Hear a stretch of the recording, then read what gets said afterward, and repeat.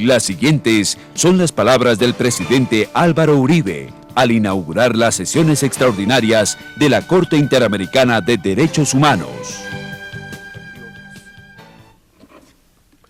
Nos honra mucho esta sesión que emprende la Corte Interamericana de Derechos Humanos en nuestro país. Agradezco inmensamente que hubieran aceptado esta invitación, que honra la tradición jurídica de Colombia, la decisión política de Colombia de respeto a la ley como punto fundamental del Estado de Derecho, respeto a la ley del cual tiene que dar ejemplo el gobernante.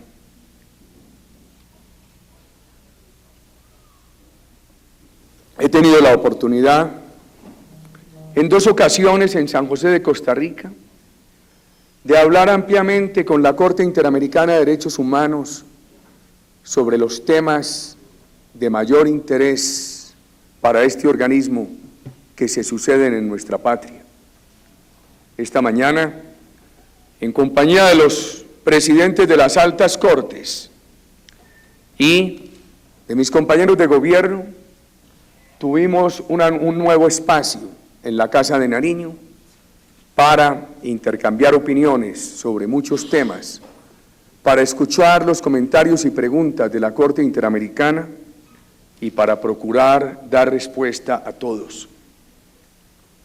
Permítanme, honorables magistrados y jueces, referir a ustedes unas palabras sobre la visión política del actual gobierno de Colombia, sobre el tema de la seguridad democrática, el tema de los derechos humanos, la ley de justicia y paz, la reinserción, el caso de la Unión Patriótica, el caso de la justicia penal militar, las acusaciones que circulan en la comunidad internacional, el tema de los desplazados, el tema de la concentración de la tierra como consecuencia de esta violencia que ha vivido en Colombia y el tema de nuestra visión de la justicia internacional.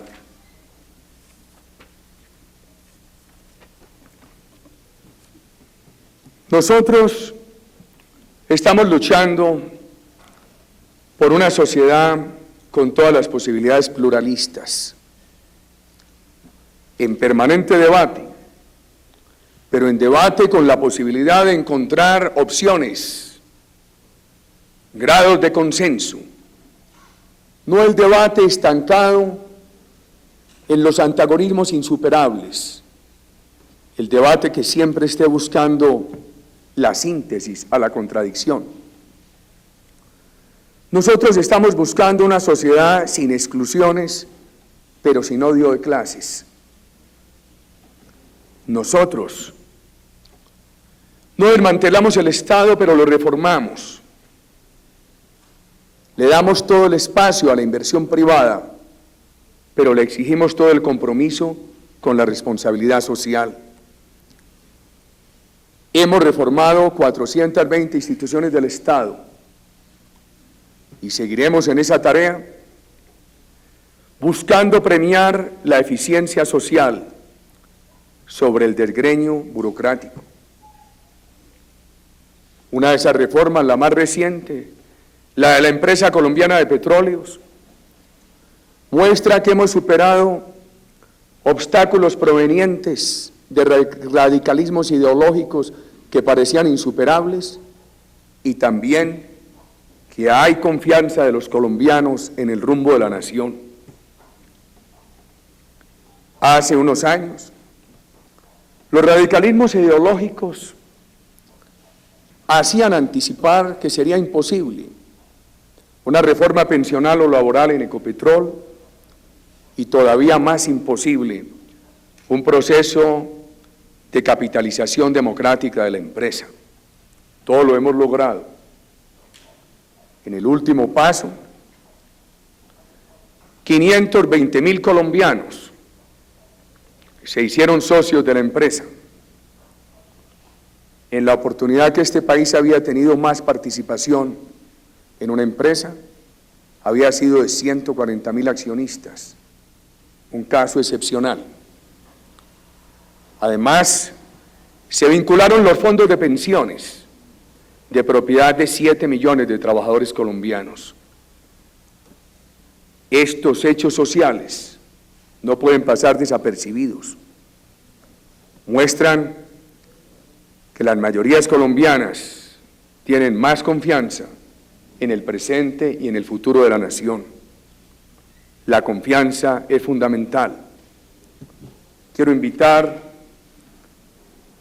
a los dignatarios y jueces de la Corte Interamericana de Derechos Humanos a explorar en estos días de estadía en Colombia cómo ha evolucionado el grado de confianza de los colombianos en su país, porque ese tema no es ajeno a ninguna de las disciplinas colectivas. Por supuesto, no puede ser ajeno al orden jurídico ni a su aplicación. Le exigimos al sector privado responsabilidad social como contraprestación al espacio ilimitado de oportunidades que se abre en Colombia. Creemos que la responsabilidad social debe exteriorizarse en 3 áreas: en la transparencia en las relaciones entre los inversionistas y el Estado, transparencia para adjudicar contratos, para ejecutarlos, transparencia en la tributación, transparencia para sortear disputas. Debe expresarse en la solidaridad de todos los inversionistas con las comunidades, que trasciende los mínimos de la ley, y debe expresarse en las relaciones laborales fraternas. Fraternas por oposición a las relaciones laborales de capitalismo salvaje, fraternas por oposición a las relaciones laborales de odio de clases que trajeron las guerrillas marxistas a este país y que tanto daño hicieron y que todavía no se han podido superar plenamente. En ese marco, tenemos 3 objetivos principales de gobierno: consolidar la seguridad democrática, consolidar la confianza inversionista y cumplir las metas sociales. Van de la mano. Sin seguridad no hay confianza inversionista. Cuando las guerrillas marxistas empezaron a agitar sus tesis, reclamaban falta de democracia en Colombia y falta de equidad social. Espantaron el capital, produjeron la cruel reacción del paramilitarismo, condenaron al país a tener más pobreza, más inequidad, más desempleo. La historia de Colombia muestra claramente que hay que llevar de la mano la prosperidad social de la prosperidad económica, y que sin seguridad no se da esa confianza para que haya la prosperidad económica, que permita que la prosperidad social no sea tema de discurso, sino hecho verificable de resultado. Es algo bien importante. Para nosotros el tema social en América Latina y en Colombia es un tema más de resultado y menos de discurso. Voy a referir más adelante al tema del avance de la seguridad democrática. La confianza inversionista es un hecho. Nosotros la cuidamos enormemente, porque en el lenguaje político se habla fácilmente de lo social, aunque se incumpla lo social, pero poco se compromete en el lenguaje político con la confianza inversionista y con la seguridad democrática. Para nosotros el compromiso de la confianza inversionista con responsabilidad social es muy importante. Hace 5 años, en este país De cada 100 dólares que se producían, se invertían entre 12 y 15. Actualmente entre 26 y 28.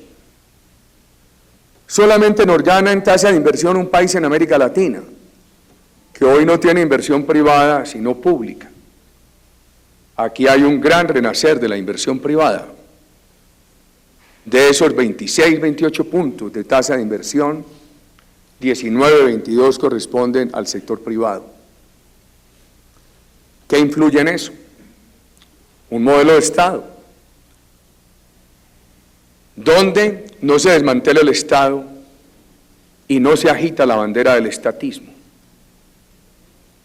donde se le da toda la oportunidad al sector privado, pero se le exige la responsabilidad social. ¿Qué influye en eso? La seguridad democrática, la permanente determinación popular y gubernamental de avanzar en seguridad democrática, a pesar de dificultades, de reveses, de momentos amargos.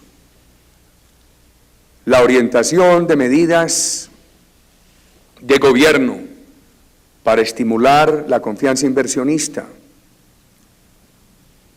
la seguridad jurídica, el saneamiento fiscal de la nación, aunque falta mucho, es bien importante, y me referiré a él cuando hablemos de la financiación de la justicia.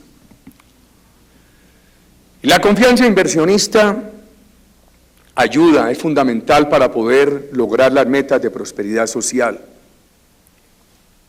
Encuentran ustedes un país con muchas dificultades sociales, pero con toda la determinación de superarlas. Por ejemplo, en educación básica, hace 5 años teníamos un 77% de cobertura, hoy un 92%. La meta para 2010 es un 100%. Hace 5 años teníamos una cobertura universitaria del 22%, hoy del 29%. La meta para 2010, 34%. Trabajamos tanto el estímulo a la oferta como el estímulo a la demanda. En este último, con una institución estatal ejemplo en América Latina que hemos reformado en este gobierno, el Instituto de Crédito para Educación Superior, estamos multiplicando por 5 y aspiramos a hacerlo por 6 el número de usuarios de crédito para acceso a universidad de los sectores más populares de la nación. Encuentran ustedes un país que tiene la mejor institución de formación vocacional, técnica y tecnológica de América Latina, el SENA, Servicio Nacional de Aprendizaje, financiado exclusivamente con aportes de empleadores. Aquí en Aras de la Equidad hemos defendido totalmente la tesis de que los empleadores tienen que pagar unos impuestos de nómina para poder contribuir a instituciones como esta, como otra, el Instituto Colombiano de Bienestar Familiar, encargado principalmente de la asistencia a la niñez, y como otra muy singular, las cajas de compensación familiar, administradas por empleadores y trabajadores, con todas las posibilidades de flexibilidad y eficiencia del sector privado, pero con toda la responsabilidad social que compete al sector público. A pesar de las recetas de organismos internacionales, nuestra tesis ha sido que para construir justicia social, los empleadores tienen que pagar el sostenimiento de estas instituciones. No se puede hablar de la problemática social de Colombia en abstracto. Hay que mirar sus orígenes, su evolución, y hay que mirar los esfuerzos que se hacen, lo logrado, las metas que se tienen, y por supuesto, el primero en reconocer todo lo que falta es el gobierno. Nosotros, por ejemplo, teníamos hace 5 años 1.100.000 estudiantes en formación vocacional año tras año. Este año 4.600.000. Estamos instalando un sistema de formación virtual que con excelente calidad nos permitirá masificar totalmente el acceso a la formación técnica, tecnológica. Y hemos creado un sistema de educación por fases que le permite a los sectores graduados en técnicas y tecnologías acceder a la universidad, que les reconozcan los créditos acumulados y buscar los grados de educación superior y los posgrados. Con el Instituto Colombiano de Bienestar Familiar y el programa Familias en Acción, hace 5 años se atendían en Colombia 3.700.000 niñitos. Hoy atendemos en nutrición 9 millones de niños, pero tenemos que llegar a 12 millones. Nos hemos propuesto tener plena cobertura en salud. Hace 5 años teníamos 23,5 millones de colombianos vinculados al sistema de salud. Hoy tenemos 36,5. Estamos haciendo todo el esfuerzo para que en el año 2010 tengamos plena cobertura. Habríamos pasado en 8 años de 23 millones a 43 millones. Y no será suficiente. Si nosotros logramos esa dura meta, los gobiernos que nos sucedan tendrán la obligación de nivelar el sistema de atención subsidiado con el sistema de atención de los trabajadores formales, que aquí llamamos contributivo, y por supuesto de avanzar sustancialmente en calidad. Uno de los factores de exclusión en América Latina y en nuestro país ha sido la falta de acceso al crédito de los sectores populares. Hemos comprometido todo el sistema financiero público y privado, de primero y de segundo piso, las ONGs especializadas en crédito popular, recursos del Estado para superar esa barrera de exclusión. Hemos multiplicado por 8 la cartera en poder de los microempresarios colombianos. El sistema lo llamamos banca de oportunidades. Qué importante poder decir ante ustedes que como juristas aprecian los hechos sociales como fuente final del derecho, que la cartera de los microempresarios colombianos representaba el 1,5% de la cartera total del país hace 5 años, hoy representa el 5,5%. Sobre todos estos temas mantenemos un diálogo intenso con el pueblo colombiano todos los días. Creemos que nuestra era es una era que exige un gran equilibrio entre democracia representativa y participativa. Creo que eso ha ayudado a legitimar estas instituciones. Y no son diálogos de aplausos, son diálogos de reclamos. Llegan ustedes al país en un momento de discusiones, pero está bien. Para la democracia es más sano discutir los problemas de fondo que por reglas de cortesía esconder esos problemas. Pero discusiones con franqueza y con severidad, pero con total observancia del respeto debido a las reglas democráticas y a la Constitución. Pueden saber que para nosotros el tema social es tan importante como el tema de seguridad. Como quiera que la seguridad provee los recursos para el tema social y en un Estado de Derecho, finalmente la sostenibilidad de la seguridad la da la legitimación popular, que no se obtiene si no se avanza en el tema social. Nuestra seguridad democrática, vamos ganando, pero no hemos ganado todavía. El más importante triunfo es un intangible que ustedes perciben en las grandes mayorías colombianas, que hoy rechazan guerrilla, paramilitares y narcotráfico, rechazan la condena a temerle a esas organizaciones criminales y demandan la presencia del Estado. Hasta hace pocos años se quiso hacer creer que Colombia reclamaba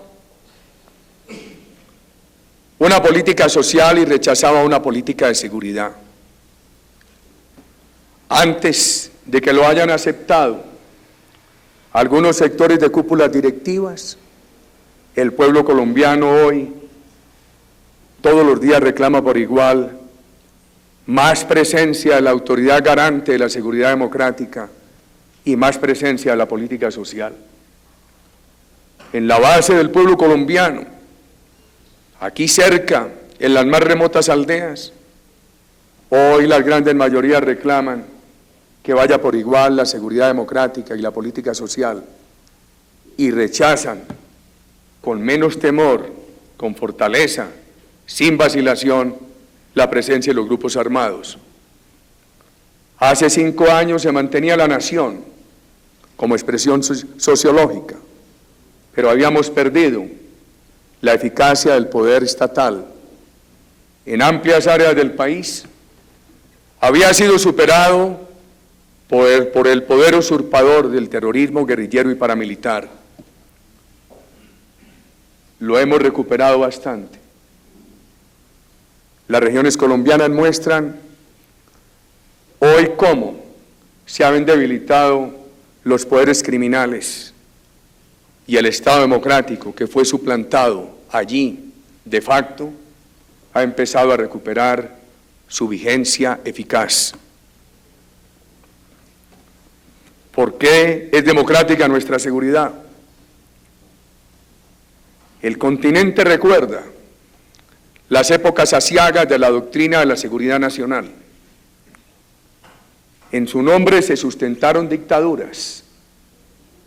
Para dar seguridad nacional se suprimió el pluralismo. En Colombia hoy el pluralismo florece como en ninguna época anterior. La seguridad nacional eliminó el disenso. En Colombia hoy el disenso tiene todas las garantías. Muchos de mis críticos estaban en el extranjero. Paradójicamente han regresado a ejercer su crítica en el país ahora que rige el gobierno que ellos odian, gracias a nuestro concepto democrático de seguridad. Muchos países del continente,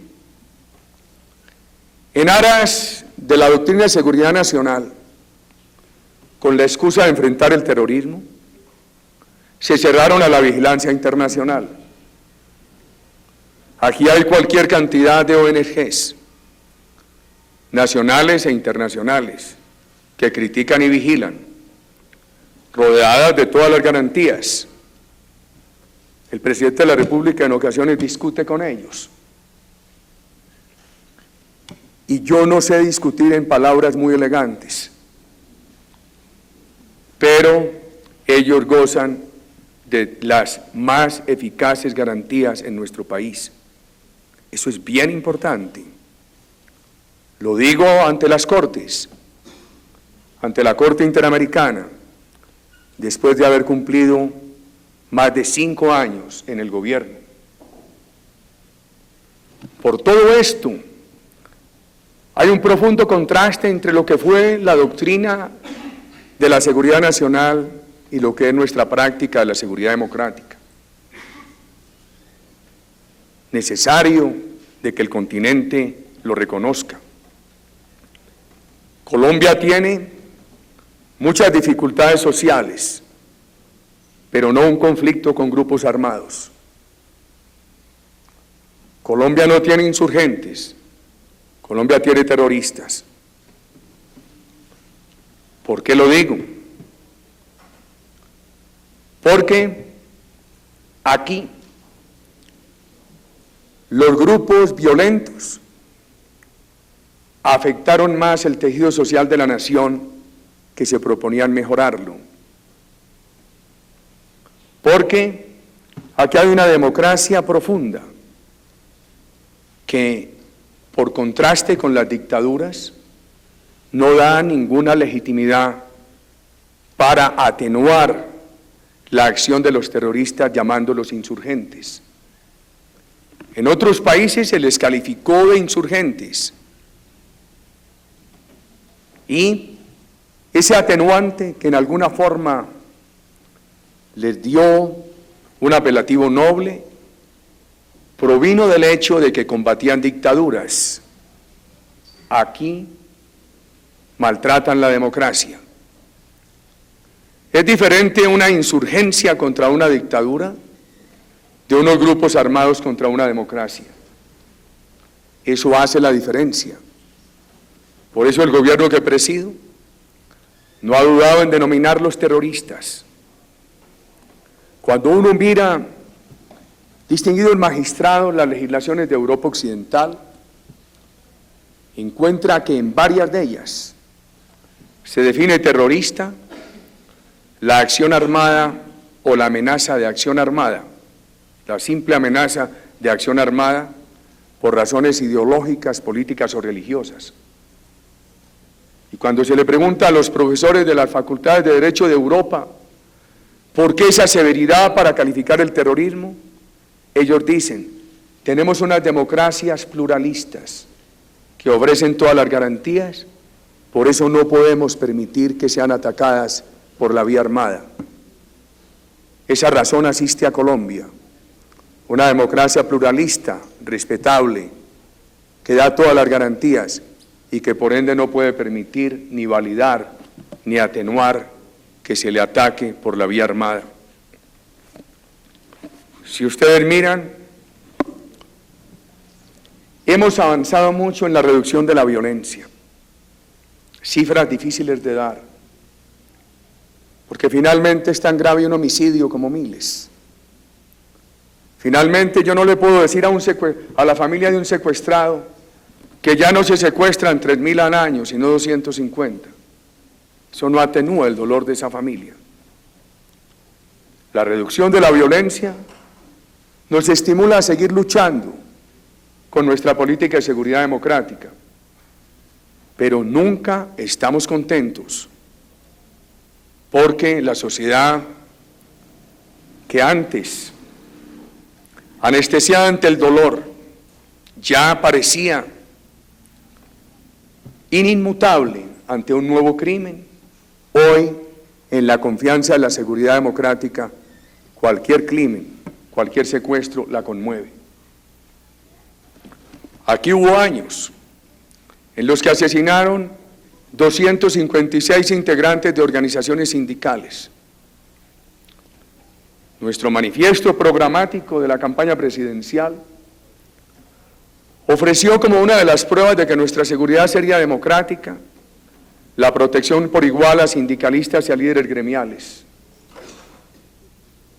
En el año 2005, gracias a esa política nuestra que empezó en 2002, fueron asesinados 25. En 2006 hubo un recrudecimiento. Sumando profesores a líderes sindicales hubo 60. Al viejo enfrentamiento entre guerrillas y paramilitares se sumó el enfrentamiento en algunas áreas del país entre las dos principales guerrillas, el ELN y la FARC. Este año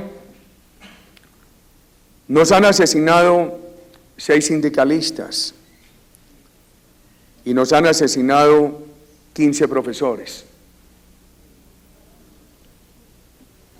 Hemos hecho todo el esfuerzo por protegerlos, por superar la impunidad. Hoy hay más de 6.000 personas que reciben protección directa del Estado, un programa que cuesta $39 millones al presupuesto. De ellos, más de 1.200 son afiliados a las organizaciones sindicales. Cuando nuestro gobierno empezó, En Colombia asesinaban 68 personas por cada 100.000 habitantes. El año pasado 37, 38. Todavía muy alto. Cuando nosotros le pedimos al mundo que se reconozca el esfuerzo que se ha hecho en Colombia, es porque nosotros reconocemos todo lo que falta. Y alguien me decía, presidente, si asesinan 17.500 en una población de 43 millones de habitantes, ¿por qué hay tanta acusación a Colombia si el asesinato de líderes sindicales tiene una tasa infinitamente menor?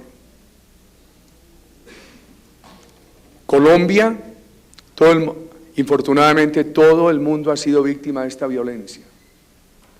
Un estudio publicado por la Universidad de los Andes no hace mucho tiempo demostraba que el 50% de las familias colombianas han sido directamente afectadas por esta violencia. Pero el concepto democrático de seguridad obliga a proteger grupos de gran significación para la democracia. Por eso nuestra preocupación por proteger líderes sindicales, por proteger periodistas, por proteger maestros y por proteger voceros de la oposición.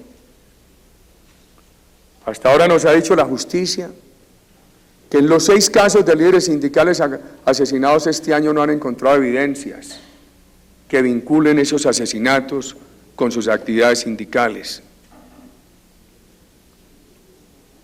Pero nosotros no cesaremos hasta lograr que en este país haya 0 asesinato de líderes sindicales. En este país hubo años en que asesinaron 15 periodistas al año. Este año se ha alegado un caso en el Valle del Cauca, ha dicho la justicia que no tenía ninguna relación con su actividad periodística. Encontramos los periodistas más protegidos y en las regiones colombianas con más fortaleza para denunciar, menos amordazados por el terrorismo que los amordazaba hace 5 años. Cuando nosotros llegamos, de los 1.098 alcaldes de Colombia, todos de elección popular directa, más de 400 estaban amenazados. Alrededor de 200 no podían ejercer sus obligaciones de alcaldes en su municipio. Hoy, con excepción de alguien del Huila, que va y viene de su municipio a la capital, gracias a la seguridad democrática, todos pueden ejercer en sus municipios. Allí hay una gran expresión del carácter democrático de nuestra seguridad. Nosotros hemos colaborado con todos los alcaldes y gobernadores de Colombia y los hemos apoyado en materia de seguridad sin detenernos en el origen político de su elección. Eso ha contribuido enormemente a construir gobernabilidad. De otra manera, ¿cómo se construiría gobernabilidad en un país con esta problemática? Con 1.099 alcaldes elegidos popularmente, 32 gobernadores. El alcalde de Bogotá no más, que ejerce allí a pocas cuadras, fue elegido por una coalición de oposición. Está terminando su periodo. Y cualquiera sea la diferencia que pueda tener con el presidente de la República, he escuchado el reconocimiento público a lo que ha sido una relación respetuosa, cooperante, fraterna con el gobierno nacional. Hemos construido gobernabilidad en la diferencia, distinguidos magistrados, y la seguridad democrática ha contribuido enormemente a eso. De pronto en otro país, en condiciones semejantes, la solución habría sido extirpar la elección popular de gobernadores y la elección popular de alcaldes. Aquí la hemos protegido, y anoto esto. Era yo estudiante universitario, y las guerrillas marxistas hacían llegar a nuestra universidad comunicados en los cuales decían que su violencia cesaría el día que Colombia permitiera la elección directa de alcaldes y gobernadores.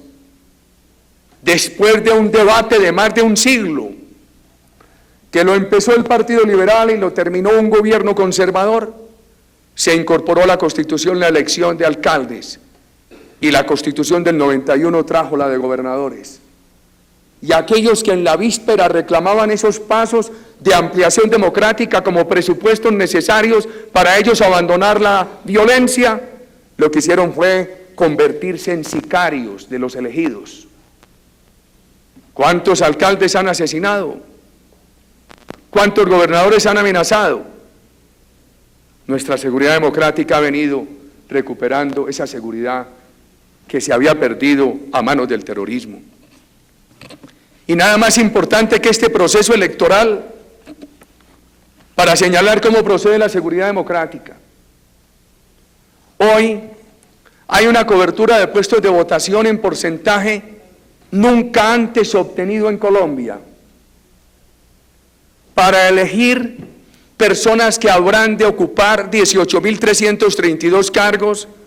Hay casi 87.000 candidatos de 235 orígenes políticos diferentes y estamos a 10 días de las elecciones.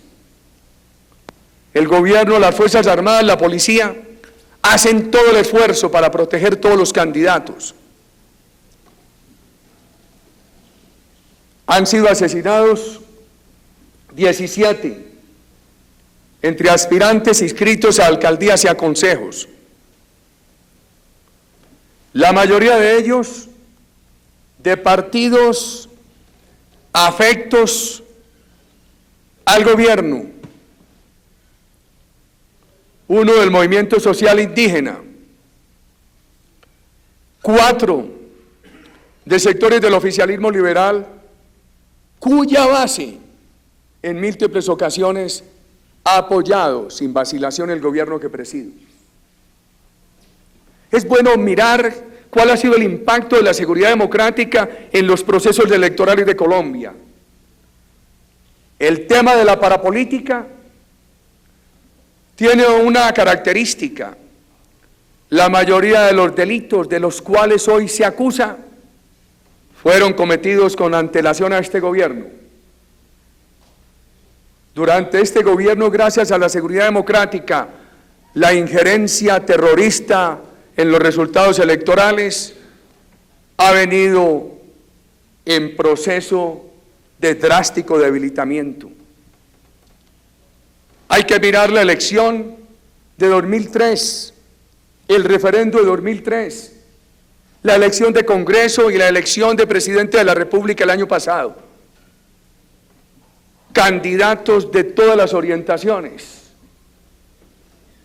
El único que se podría quejar en la elección presidencial del año pasado es el presidente que aspiraba a la reelección, porque en departamentos del sur del país las guerrillas marxistas, eran marxistas, hoy son mercenarias del narcotráfico,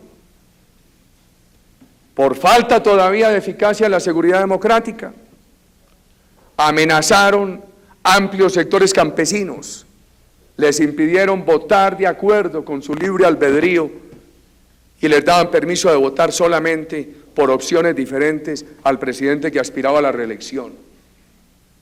Hoy la oposición recorre el país tranquilamente, protegida por la seguridad democrática.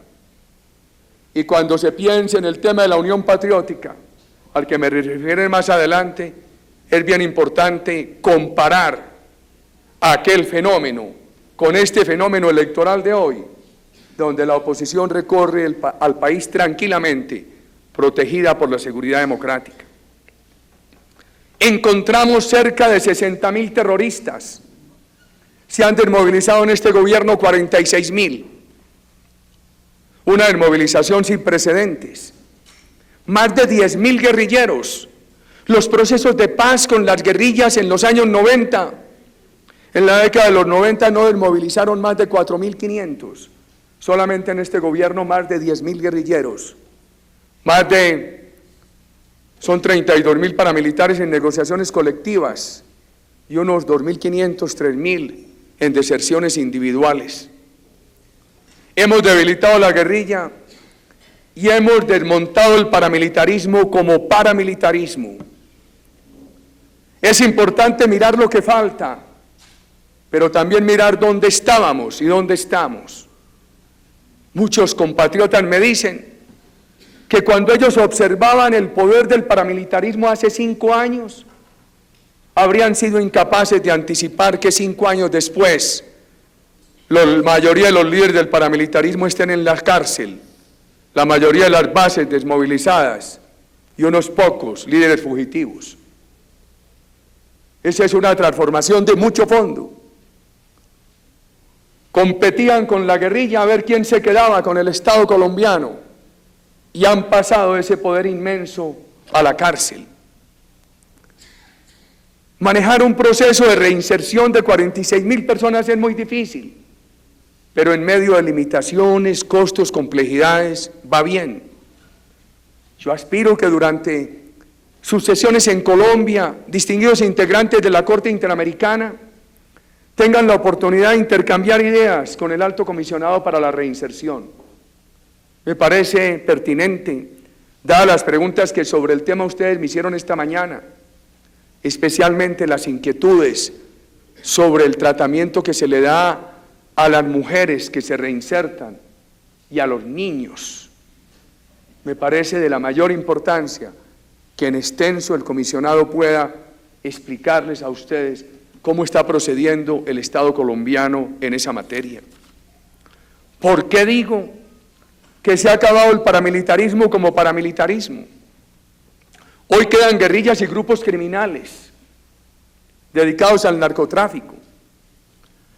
Los paramilitares que no se han desmovilizado están dedicados al narcotráfico, a la extorsión, y la decisión del gobierno de hoy y desde la hora cero de la administración es combatirlos con toda la determinación. Después de 5 años de gobierno, permítanme decir que aquí ha habido una política de seguridad que es democrática también porque ha sido imparcial. Aquí desde la primera hora del gobierno nos propusimos desmontar por igual guerrilla y paramilitares. De ese 5% que ha reincidido, muchos ya han sido llevados a la cárcel. Nosotros en este gobierno hemos extraditado 674 personas, cifra que no tiene antecedentes ni paralelo en el mundo. En 12 casos hemos suspendido el envío en extradición de integrantes de los grupos paramilitares, sin haber negociado la extradición, como una decisión del gobierno para ayudar a la desmovilización que ellos han liderado. En un caso, por un paramilitar que ha reincidido, el gobierno ha anunciado que no está de acuerdo, que siga en el proceso de paz, que debe ser retirado y que de surtirse pedido de extradición con aprobación de la Corte Suprema de Justicia, el gobierno lo enviará en extradición y no le dará el beneficio de suspender la extradición. ¿De dónde surge la palabra paramilitar? El vocablo se utiliza para señalar organizaciones privadas criminales cuyo objetivo ha sido combatir a la guerrilla. Hoy no existen. El Estado ha recuperado el monopolio que nunca debió perder, el monopolio de combatir a los delincuentes. Los otrora paramilitares que hoy delinquen ya no combaten otras organizaciones criminales, simplemente están dedicados a la extorsión, al secuestro. En estas elecciones Colombia todavía tiene guerrilla, narcotráfico, con bandas criminales dedicadas a ese negocio y a la extorsión, pero no tiene la organización paramilitar que contribuyó con la guerrilla a desnaturalizar, a desfigurar la claridad democrática. Nuestra política de seguridad democrática se sustenta en la credibilidad, y la credibilidad nace de la eficacia y de la transparencia. Para nosotros es tan importante la eficacia como la transparencia. y la transparencia la asociamos a la observancia de los derechos humanos por parte de esa política. No hemos tenido vacilación para separar de las Fuerzas Armadas y de Policía a aquellos integrantes que han querido manchar la organización institucional con vinculaciones a grupos criminales. Pero sí hemos tenido el buen cuidado de motivar con nuestro respaldo a la institucionalidad. Un país que requiere derrotar los criminales necesita una alta motivación de su fuerza pública y no se le motiva cuando se asocian conductas delictivas individuales como comportamientos institucionales.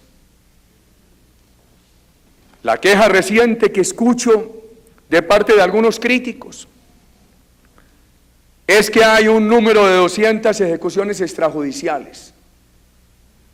Primero, en Colombia no hay ejecución judicial. Este país desde 1910 eliminó la pena de muerte. Segundo, nuestra política ha sido de eficacia y transparencia.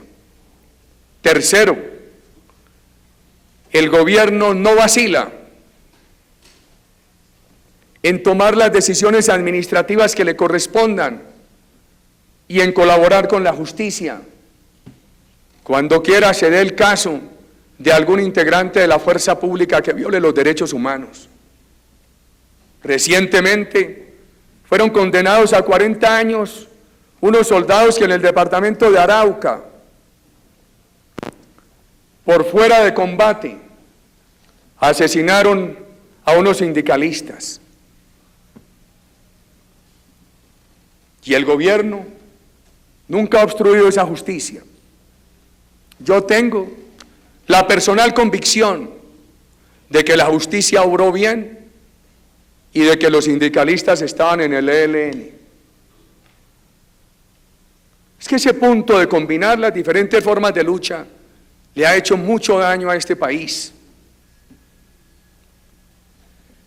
Quiero reiterar ante ustedes que cualquier violación de derechos humanos, cualquier acción militar o policiva para asesinar a alguien y no dándolo de baja por fuera de combate, tiene de parte del Gobierno Nacional toda la determinación para aplicar las sanciones administrativas, para acusar ante la justicia y para ayudar a que la justicia cumpla su deber. Pero tampoco podemos caer en una trampa. Aquí cada vez que las guerrillas y sus áulicos sienten que se les puede derrotar, el recurso al cual apelan es el recurso de violación de derechos humanos. Se avanza en la acción contra la guerrilla y entonces cualquier baja ya la denominan ejecución extrajudicial. Así como el gobierno reitera por mi conducto todo su compromiso por los derechos humanos, política liderada con toda transparencia por el vicepresidente de la República, también mi gobierno pide que se tenga el buen cuidado de examinar muy bien esas quejas, porque en la historia reciente de Colombia se conoce que cada vez que las guerrillas sienten que hay un avance de las fuerzas institucionales contra ellos, el expediente al cual apelan es que se están violando los derechos humanos.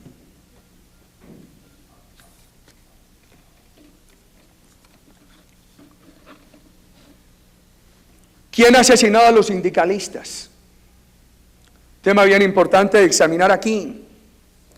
Hoy lo tenemos que repetir todos los días en Estados Unidos, porque es una acusación reiterada contra nuestro país para que no se le apruebe en el Congreso de Estados Unidos el TLC. ¿No han sido los empleadores colombianos los que han asesinado a los sindicalistas? Ni han sido los sindicalistas los que han secuestrado a los empleadores. Los que han cometido uno y otro delito han sido los terroristas. ¿Dónde se origina eso? Quienes vivimos la universidad pública en los 60, en los 70, sabemos cómo las guerrillas marxistas trajeron la tesis de la combinación de todas las formas de lucha.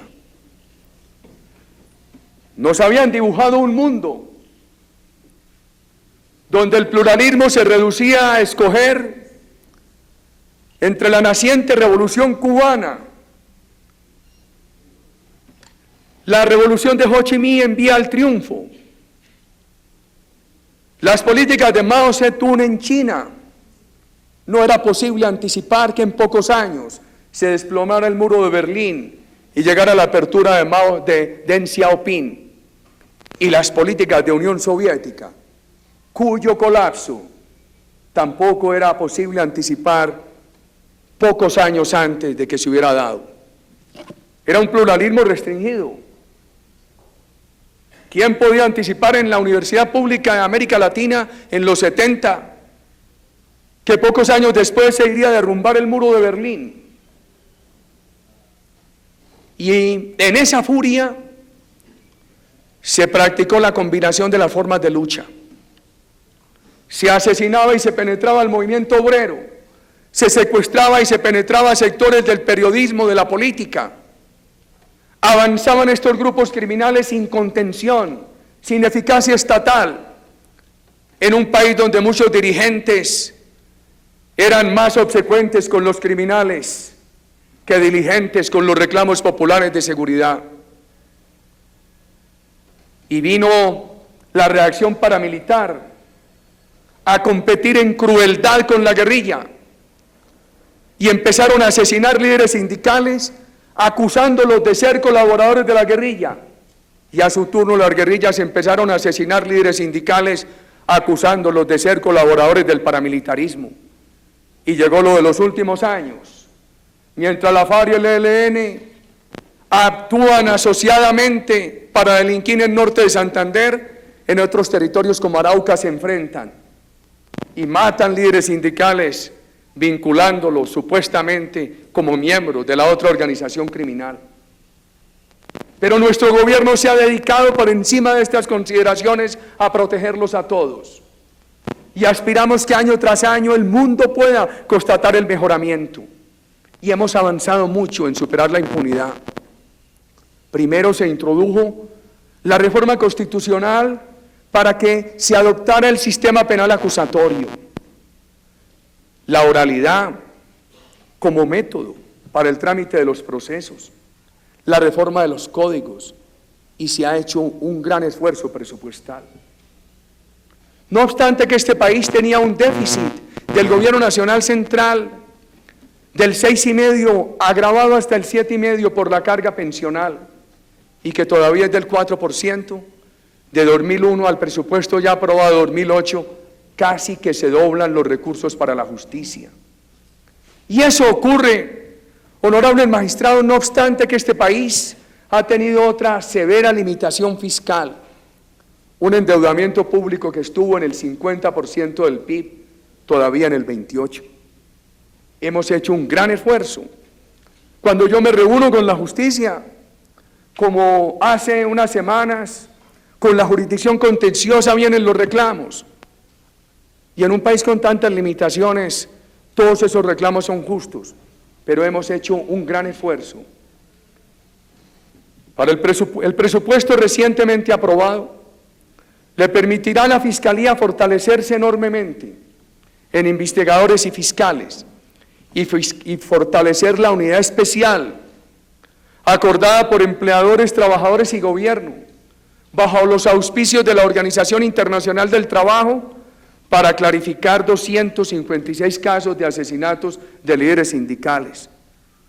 El informe que tengo es que en los últimos meses se han producido 56 sentencias que han condenado más de 108 personas como responsables de crímenes contra sindicalistas. Para nosotros superar la impunidad es un reto democrático, y en esa tarea estamos, distinguidos magistrados. Por supuesto, la ley de justicia y paz que tanto se discutió Es una ley bien novedosa, antecedente en el mundo en exigir, en nombre de la paz, justicia, verdad y reparación. Los que quieran beneficiarse de ella, además de decir la verdad, tienen que aportar su riqueza para la reparación de las víctimas.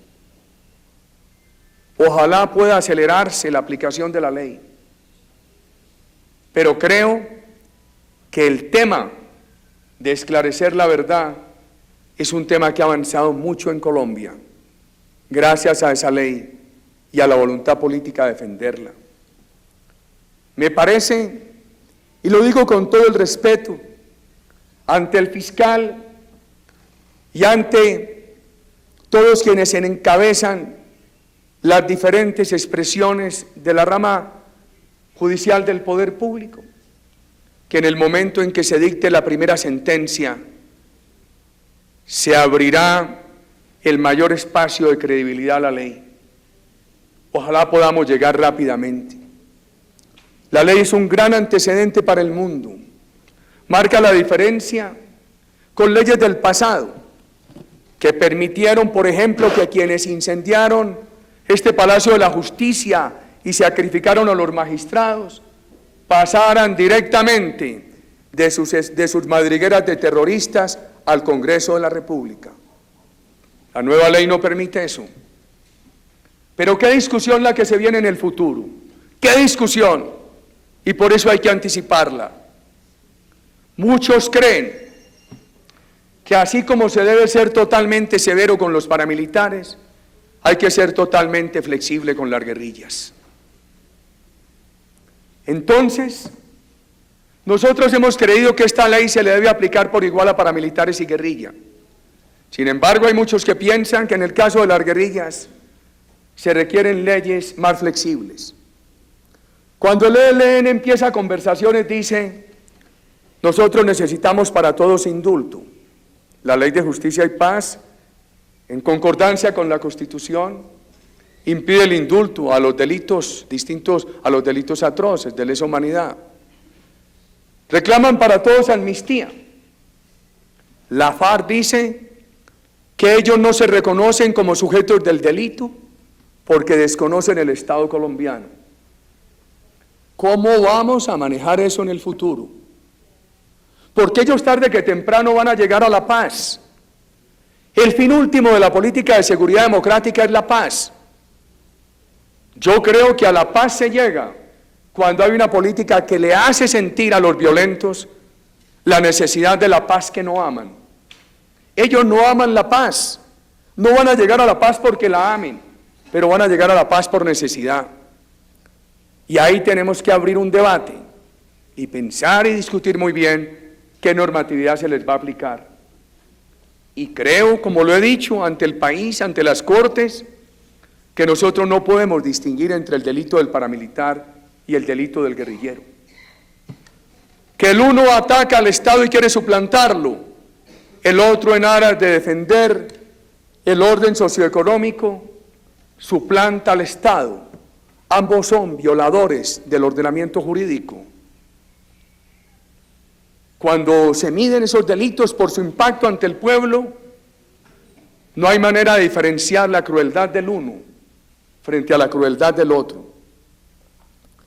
Nuestro compromiso es ayudar a la aplicación rigurosa de la Ley de Justicia y Paz, que ojalá se pudiera acelerar, y también participar y estimular el debate sobre qué se va a hacer en materia normativa, dados los reclamos que anticipan el ELN y la FARC, que dicen que la Ley de Justicia y Paz es un obstáculo para que ellos entren en la paz.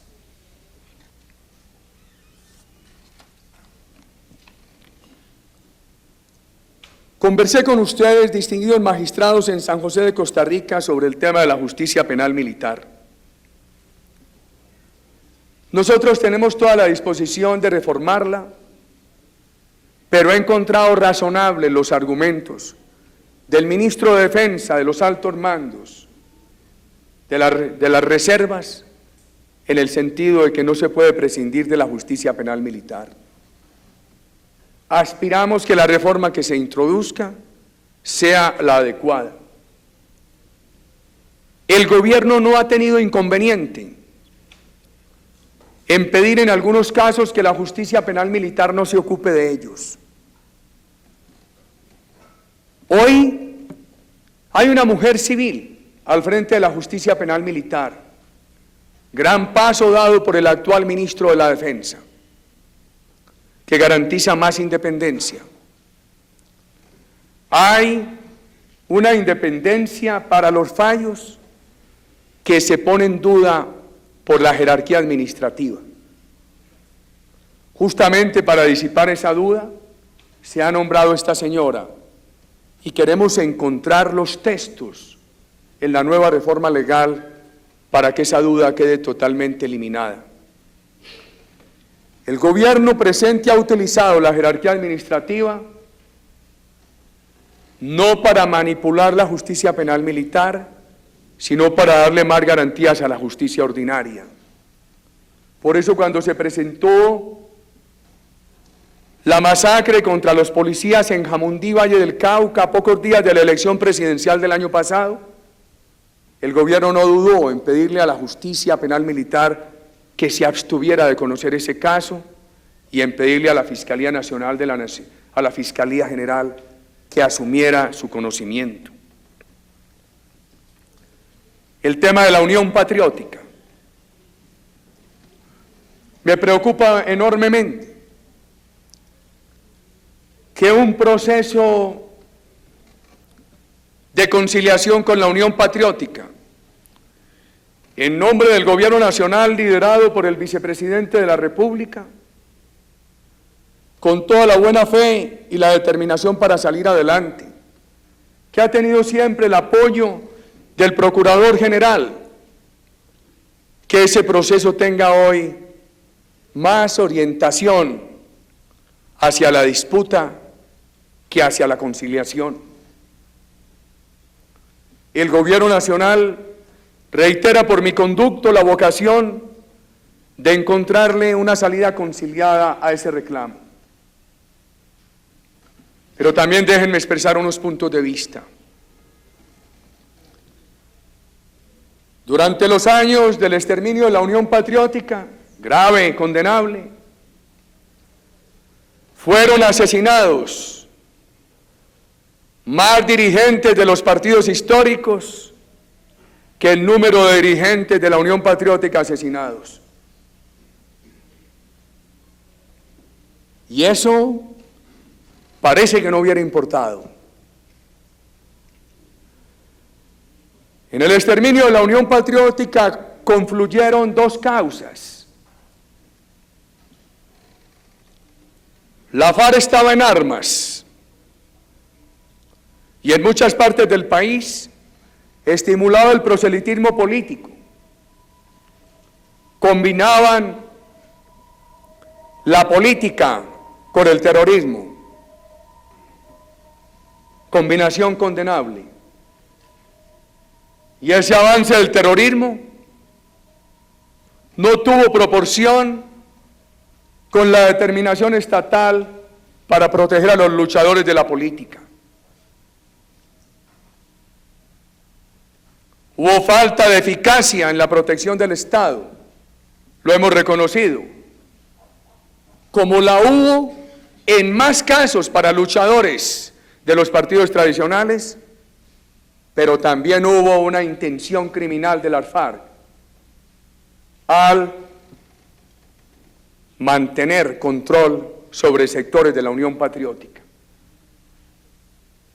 Creo que hay que reconocer lo uno y lo otro, y creo que es necesario también que el mundo conozca qué le pasaba a los partidos históricos mientras se sucedían los asesinatos contra la Unión Patriótica.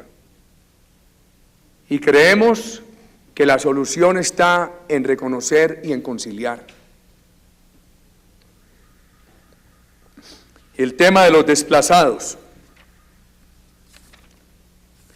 tema por el cual me han preguntado en las 3 reuniones los distinguidos integrantes de la Corte Interamericana. Colombia desde los años 50 ha sufrido periodos graves de desplazamiento por violencia partidista, por las oportunidades de crecimiento y de industria y de urbanismo en las grandes ciudades, por desprotección del campo. Esta violencia guerrillera paramilitar ha producido el número de desplazados que ustedes conocen al interior del país y hacia afuera. Hemos hecho todos los esfuerzos para protegerlos. Se ha disminuido el ritmo del desplazamiento sustancialmente, pero todavía no lo hemos podido frenar. Reiteramos nuestra voluntad de adelantar todos los esfuerzos para frenar el desplazamiento. Ya han regresado a sus hogares de origen 70.000 personas, rodeadas de la seguridad del Estado y de apoyos para reemprender su actividad económica y su vida social. Poco número frente al total de desplazados, pero buen precedente. Hemos pasado de un presupuesto anual de 40 millones de dólares para atender desplazados a un presupuesto ahora de 500 millones de dólares para atender desplazados. Creo que hay un gran avance en la afiliación de los desplazados al régimen subsidiado de salud, a Familias en Acción, que ya llega a 1,5 millones de familias colombianas desplazadas y pobres. Necesitamos 700 millones de dólares más. Estamos buscando hacer todos los esfuerzos para lograrlo, no fácil. Ya me referí a algunas de las limitaciones fiscales del país. Atender el desplazamiento es una prioridad en este gobierno. Lo muestra el crecimiento de los presupuestos, las políticas, pero todavía tenemos faltantes graves como en el tema de vivienda, que estamos buscando los recursos para poderlo superar. La concentración de la tierra, el narcotráfico, la guerrilla y el paramilitarismo han sido los grandes determinantes de la concentración de la tierra en los últimos 30 años. ¿Qué ha hecho nuestro gobierno? La seguridad democrática muestra algo bien importante en todo el país. Si ustedes preguntan con qué recursos se están financiando los nuevos hoteles de Bogotá, con qué recursos se está financiando la nueva prosperidad de Cartagena, con qué recursos se transforma la ciudad de Medellín, verán una noticia muy buena: con recursos honestos. Por fortuna, en la prosperidad colombiana que empieza hoy a asomarse y que nos ayudará a superar la pobreza, ya no aparece esa influencia de los recursos del narcotráfico. Y hay algo bien importante: en las regiones rurales de Colombia se ha detenido la adquisición de predios rurales por parte de narcotraficantes. Y mucha gente ha podido volver a sus tierras, a recuperarles a esas tierras capacidad de producción y de generación de empleo. Este país en los años 96-97 introdujo la figura de la extinción del dominio. Y una de las primeras leyes que el gobierno presentó al Congreso, una de las primeras aprobadas por el Congreso a iniciativa de este gobierno, es una ley que hace más expedita la extinción del dominio. Introdujo esa ley 2 reformas. Primera reforma: que la conducta de enriquecimiento ilícito sea autónoma, que no tenga que estar precedida de la condena al sujeto por un delito. Segunda reforma: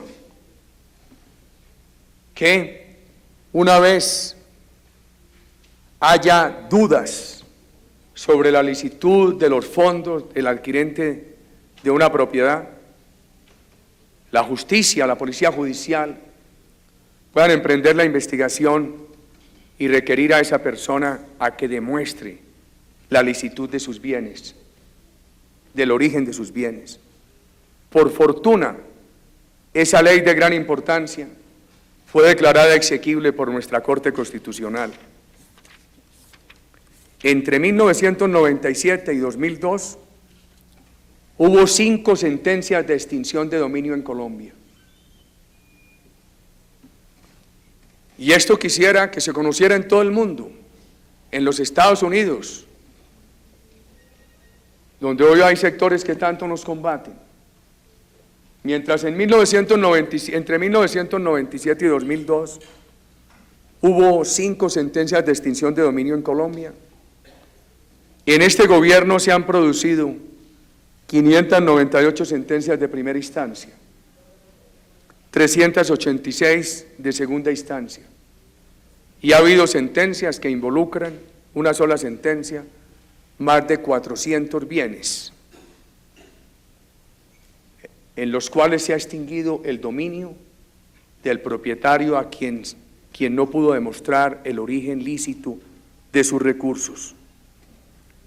Y tenemos hoy 1.114 procesos que la Fiscalía ha trasladado a los jueces de bienes que tienen una medida cautelar de secuestro y que al haberse terminado la parte investigativa de la Fiscalía están a espera de la sentencia que deben dictar los jueces.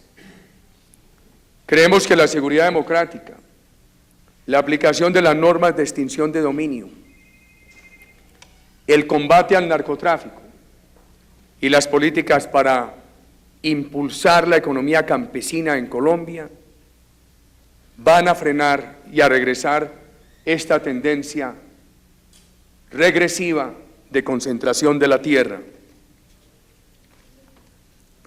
Me preguntaba la señora vicepresidenta de la Corte, presidente, ¿cómo evalúa las extradiciones? Y otro de los magistrados, ¿cómo evalúa la política antidrogas? Colombia derramó mucha sangre por las extradiciones. La destrucción de este palacio y el asesinato de los magistrados tuvo un origen.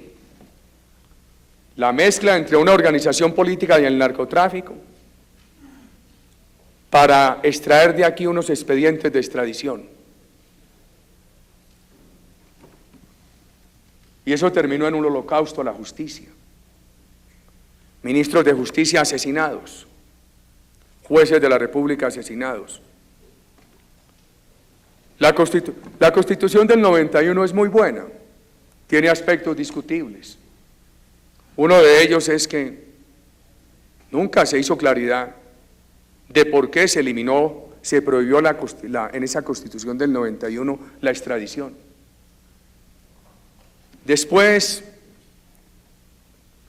por muchas razones que los historiadores analizarán, se restableció la extradición. Este gobierno la ha aplicado sin prejuicios. 674 extradiciones ordenadas por este gobierno. Suspendidas 12 de personas que han participado en el proceso de paz. Tomada la decisión política frente a uno a quien se le iría a suspender la extradición para no suspendérsela porque el gobierno tiene la convicción de que ha violado las condiciones del proceso de paz. Yo creo que la extradición ha ayudado a desmontar los viejos carteles de Medellín y de Cali. Creo que la extradición ha ayudado en el proceso de desmonte de los carteles de nueva generación que encontramos hace 5 años en el norte del Valle del Cauca y en la costa norte de Colombia.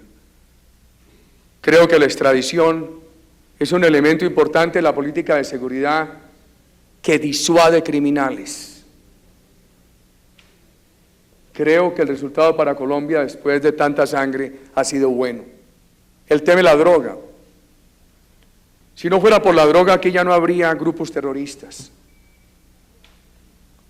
Recuerdo siempre a Joaquín Villalobos, el excomandante de la guerrilla salvadoreña con quien tuve la oportunidad de ser compañero 12 meses en la Universidad de Oxford. Yo acababa de salir de la gobernación de Antioquia. El señalamiento que me hacía la oposición era de gobernador paramilitar. Y él provenía de la guerrilla salvadoreña. ¿Con qué suspicacia me miraría? Después de meses de interlocutar y de construir confianza, me dijo: en la guerrilla salvadoreña tomamos la decisión de negociar la paz. Cuando nos convencimos que no había posibilidad de triunfo militar y no recibimos en adelante recursos provenientes de ONG de Europa Occidental. Qué sorpresa la mía. Yo pensaba que la financiación de esas guerrillas venía de la antigua cortina de hierro. Y él me decía: no, esos países ya estaban en muy mala situación fiscal. Esa financiación venía de ONG de Europa Occidental. Importante esto, para estudiarlo en los episodios de América Latina y de Colombia. Haciendo el paralelo, hasta hace 5 años, la guerrilla colombiana creía que se podía quedar con una parte del territorio e implantar allí su dictadura de mercenarios y de droga. Y en la misma creencia estaban los paramilitares. Pienso que el avance de la seguridad democrática les demuestra hoy que no tienen futuro en su actividad armada y criminal, pero tienen dinero porque tienen el narcotráfico. Y eso es lo que hace la diferencia con aquellas decisiones que se tomaron en Centroamérica. Mientras allá se tomó la decisión cuando habían perdido la fuente de recursos, aquí todavía no la han tomado porque no han perdido la fuente de recursos. Por eso hay que seguir en esta batalla contra el narcotráfico. Nosotros este año fumigamos unas 160.000 hectáreas y estamos acercándonos a final de diciembre a 70. Podemos erradicar manualmente 70.000 hectáreas o una suma cercana. La erradicación manual la introdujo este gobierno. No se pactó en el Plan Colombia con los Estados Unidos. Este es el tercer año de erradicación manual. En el primero erradicamos 31.200 hectáreas, el año pasado 43.000. Este año propusimos una meta inicial de 50.000, una meta subsiguiente de 70.000. Vamos a ver cómo nos acercamos con la mayor proximidad posible a esta segunda meta. Los Estados Unidos dicen que el año pasado habían 156.000 hectáreas de droga en Colombia. Naciones Unidas dice que eran 79.000. Se imaginarán ustedes el desconcierto para el gobierno colombiano al ver la contradicción, la distancia entre esas dos cifras. Hemos pedido a los Estados Unidos y a las Naciones Unidas que se pongan de acuerdo en la metodología. Yo le pregunté a los Estados Unidos, a los voceros, si ustedes dicen que tenemos 156.000 hectáreas y cuando empezó el Plan Colombia hablaban de 180.000, entonces hemos perdido el tiempo. Me contestan: no, lo que pasa es que en esa época no se midió todo el territorio. Ahora vamos avanzando en la medición del todo el territorio. Entonces, ¿cuántas había, por Dios? Confiamos que este año se pueda mostrar mejor resultado. Llevamos 6 meses de un indicativo que nos da optimismo. Los sucesivos estudios de los mismos Estados Unidos en más de 30 ciudades norteamericanas muestran en los últimos 6 meses una tendencia muy pronunciada al alza en el precio de la droga en las calles de esas ciudades y una disminución de la pureza. Y encontramos eficacia en el gobierno mexicano, la tierra del señor presidente de nuestra Corte Interamericana. Vamos a seguir en esa lucha. Me preguntaban ustedes, ¿y las alternativas? Y me preguntaban, ¿y una persona que va a recibir los ingresos de las alternativas que se ofrecen, si va a desistir de un negocio tan lucrativo? Nosotros dividimos el país en materia de alternativas en 2 áreas.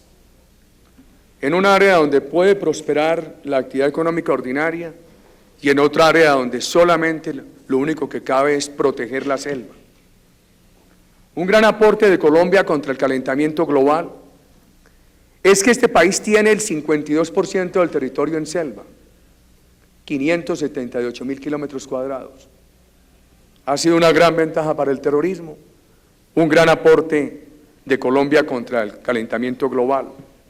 La droga ha destruido cerca de 2 millones de hectáreas de selva. Nosotros no podemos estimular la colonización de la selva, hay que preservarla. Por eso hemos creado el programa Familias Guardabosques. Tiene 56.000 familias, pero necesitaríamos 100.000. Familias que estaban en la droga, abandonan la droga, se comprometen a mantener un área libre de droga, son supervisados por Naciones Unidas y el gobierno, con la previa certificación de Naciones Unidas, les hace unos pagos bimensuales que finalmente equivalen a cerca de $2.000 al año. Un programa ejemplar, ha dicho Naciones Unidas. Y en las zonas donde puede adelantarse la actividad económica ordinaria, con ayuda de Estados Unidos, con alguna ayuda europea y con un gran esfuerzo del presupuesto colombiano, avanzamos inmensamente en tema de palma africana, de caucho, de café orgánico, de piscicultura, de especies animales menores y de otras alternativas. ¿Falta mucho en esa tarea? Sí, falta. Yo estoy convencido que la mejor alternativa será garantizarle a este país, vía seguridad democrática y confianza inversionista, una época de largo plazo de prosperidad de la confianza inversionista en Colombia. Y me preguntan ustedes, ¿puede un proyecto alternativo atraer a alguien que ganaba mucho más dinero en el narcotráfico? Combinado con la seguridad democrática, sí, porque la seguridad democrática trae consigo un elemento de disuasión. Pero también ha ocurrido lo siguiente, en todos estos grupos hay una división pronunciada de clases. Unos jerarcas del terrorismo llenos de dinero y unas bases mercenarias que pueden vivir mucho mejor, inclusive con más estable y más ingreso en las actividades alternativas que nosotros estamos promoviendo.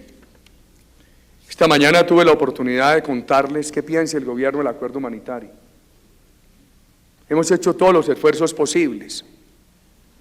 En cada discusión, debo recordar que primero liberamos 27 personas de la FARC y después ordenamos la liberación de 150. Que a petición del presidente Sarkozy de Francia, liberamos a Rodrigo Granda.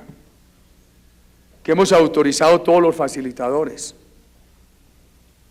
La última facilitadora, la senadora Piedad Córdoba, bastante crítica de este gobierno, quien se ha apoyado en la gestión del presidente Hugo Chávez, gestión que nosotros hemos apoyado.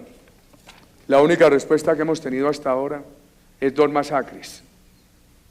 Primero, la masacre de la FARC al gobernador de Antioquia, al exministro de Defensa y a unos integrantes de la fuerza pública que estaban con ellos en ese secuestro. Este relato lo oí yo de un sobreviviente. Los helicópteros militares volaban esa mañana a la selva.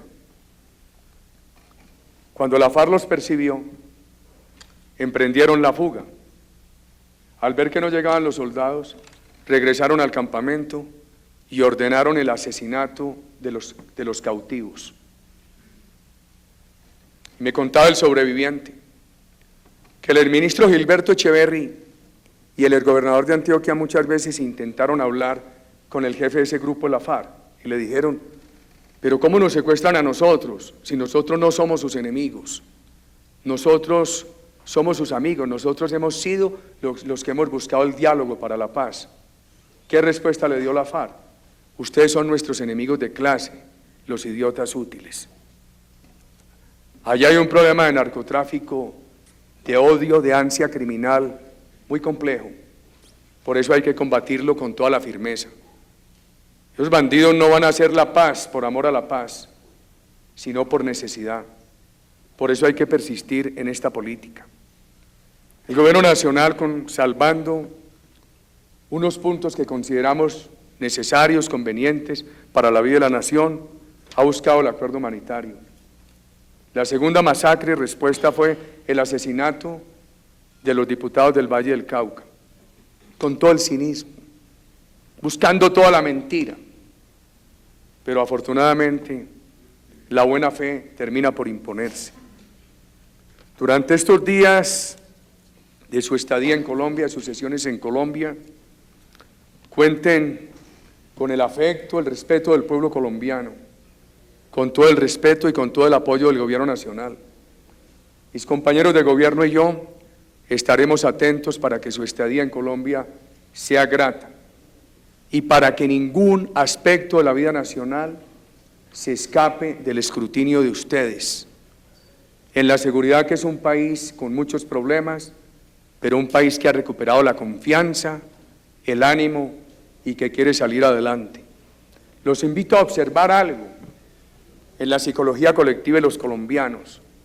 Con el sufrimiento que ha tenido este país, debería ser el país con la población más amargada y es el país con la población más alegre.